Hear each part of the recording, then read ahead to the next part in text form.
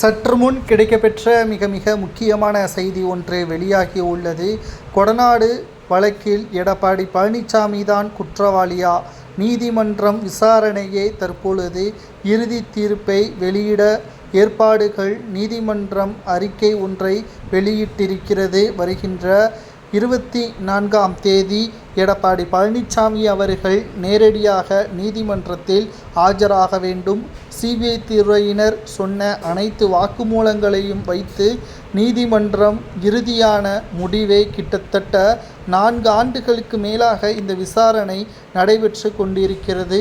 இறுதி தீர்ப்பான ஒட்டுமொத்த அதிமுகவின் தொண்டர்களது எதிர்பார்ப்புகளையும் பூர்த்தி செய்யும் அளவிற்கு இறுதி தீர்ப்பு வெளியாகும் என்று கூறப்படுகிறது.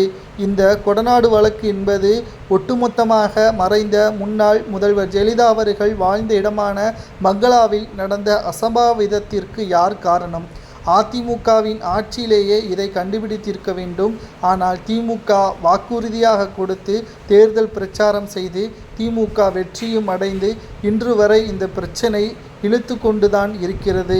ஏனென்றால் சாட்சிகள் ஒன்று கூட சரியாக அமையவில்லை. குறிப்பாக இந்த வழக்கு எதை நோக்கி போகிறது? ஒன்றை தொட்டால் ஒன்று மாறுபடுகிறது. ஒன்று சாட்சிகள் கூட கிடைக்காத காரணத்தினால்தான் தமிழக காவல்துறையிடம் இருந்து சிபிஐ துறைக்கு இந்த வழக்கு மாற்றப்பட்டது. இந்த வழக்கின் முக்கியமான 4 குற்றவாளிகள் கேரளாவிலிருந்து கைது செய்யப்பட்டார்கள். விசாரணையை தீவிரப்படுத்திய சிபிஐ துறையினர் அதிமுகவின் பெரும் தலைவர்கள்தான் இதற்கு முக்கிய காரணம், அமைச்சர்கள்தான் இதில் பின்புலம் இருக்கிறார்கள் என்று அதிமுகவை சார்ந்த நிர்வாகிகளை சோதனையின் மூலமாக வாக்குமூலத்தையும் பெற வைத்தார்கள். இதனால் OPS உள்ளிட்ட பல்வேறு அரசியல் கட்சி தலைவர்களையும் விசாரணை செய்தார்கள். எடப்பாடி பழனிசாமியை மட்டும் விசாரணை செய்யவில்லை. இறுதியாக இறுதிக்கட்ட விசாரணை எடப்பாடி சுற்றி வந்துவிட்டது.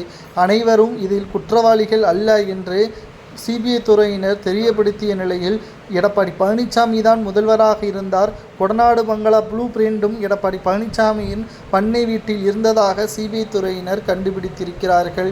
இதனால் எடப்பாடி பழனிசாமி அவர்கள் இதில் சிக்கியிருந்தால் நிச்சயம் 7 ஆண்டுகள் முதல் 10 ஆண்டுகள் வரை சிறை தண்டனை வழங்கப்படுவது உறுதிதான். எடப்பாடி பழனிசாமி அவர்கள் குற்றவாளி என்று தெரிவித்த அடுத்த நொடியே அதிமுகவில் இருந்து எடப்பாடி பழனிசாமியை நீக்குவார்களா என்ற பல்வேறு கேள்விகளும் சமூக வலைதளங்களில் வைரலாக பரவி வருகிறது. உங்களது கருத்துக்களை கூறுங்கள். எடப்பாடி பழனிசாமி அவர்கள் குற்றவாளி என்று அறிவிக்கப்பட்டால் என்ன தண்டனை கொடுக்கலாம் என்பதை மறக்காம கமெண்ட் வாயிலாக கூறுங்கள்.